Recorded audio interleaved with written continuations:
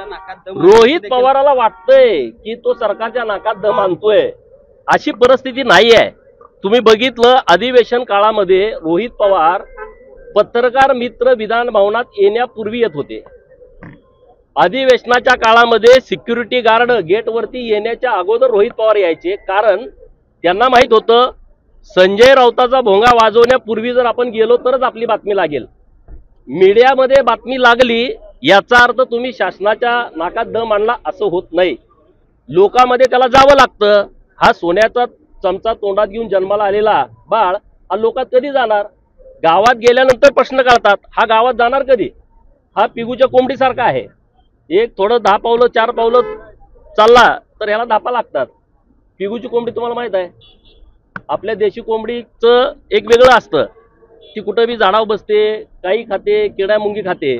पिगूच्या कोंबडीला एक 4 पावलं चालली का ते धापा लागतात, तसं आहे पिगूच्या कोंबडीसारखा आहे। आणि त्याला वाटतंय की मी राज्यातल्या लोकांचं काही काम करतोय, अशी परिस्थिती नाही। रोहित पवारांनी आपला मतदारसंघ शाबूत ठेवावा। आता बॅलेटवरती निवडून आलाय, पोस्टल मतावरती, उद्या तो तिथं निवडून पण येणार नाही आणि मी त्याला तिथं मी ठासून त्याच्या विरोधामध्ये काम करायला पूर्ण क्षमतेने तयार आहे। आम्ही ते काम करू। त्यामुळे अखंड महाराष्ट्राचा नेता होण्याच्या भानगडीमध्ये स्वतःची आमदारकी तुम्ही घालवून बसाल, त्यामुळे तुम्ही तुमची काळजी घ्या, गोपीचंदची काळजी करायला आम्ही सक्षम आहोत।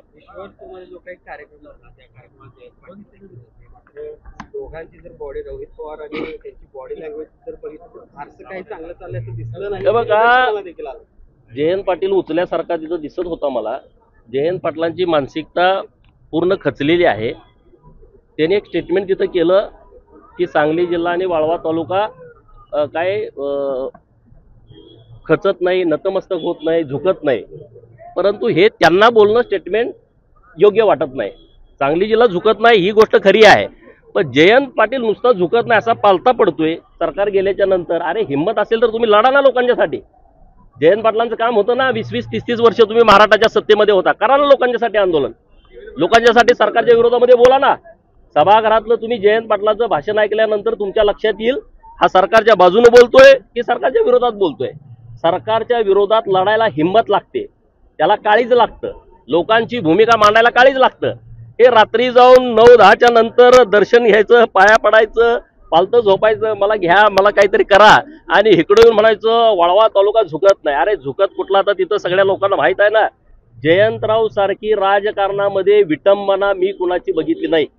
म्हणजे मी काय राजकारणात 2006 पासून आहे, मी काय फार सिनियर अशातला विषय नाही, पण इतकी वाताहत, इतकी लाचारी, आणि पार्टीत मला कुणीतरी ह्यान मंत्री करा यासाठी एवढी लाचारी स्वीकारलं जयंत पाटला एवढं कुणी महाराष्ट्रामध्ये केलं नसेल, ते जयंत पाटलांनी केलेलं आहे। त्यामुळे ते जे बोलणं त्यांचं आहे, मी असं आहे मी तसं आहे, जयंतराव मध्ये आणि रोहित मध्ये तर वाद असणार, कारण रोहितला नंबर 1चा लीडर व्हायचा आहे। अजित पवार होते तेव्हा तिथं होता येत नव्हतं, आता तिथं राष्ट्रवादीमध्ये त्याला नंबर 1चा लीडर व्हायचा आहे।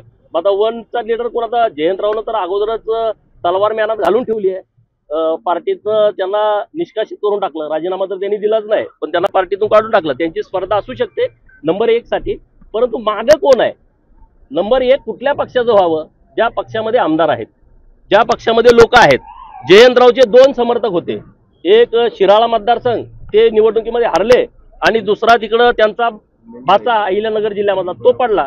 2 समर्थक होते ते गेले, आता ते स्वयंभू एकटे आहेत, ते पण 10,000 11,000 मतांनी निवडून आलेले आहेत।